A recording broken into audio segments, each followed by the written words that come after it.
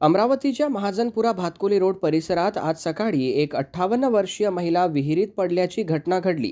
मात्र अमरावती महानगरपालिकेच्या अग्निशमन दलाच्या तत्परतेमुळे महिलेचे प्राण वाचले आहेत। आज पहाटे 6:45 पोलीस कंट्रोल रूमकडून अमरावती अग्निशमन मुख्यालयाला महाजनपुरा येथील पंचीबाई वाडी परिसरात एक महिला विहिरीत पडल्याची माहिती मिळाली। माहिती मिळताच अग्निशमन दलाचे पथक तातडीने घटनास्थळी रवाना झाले।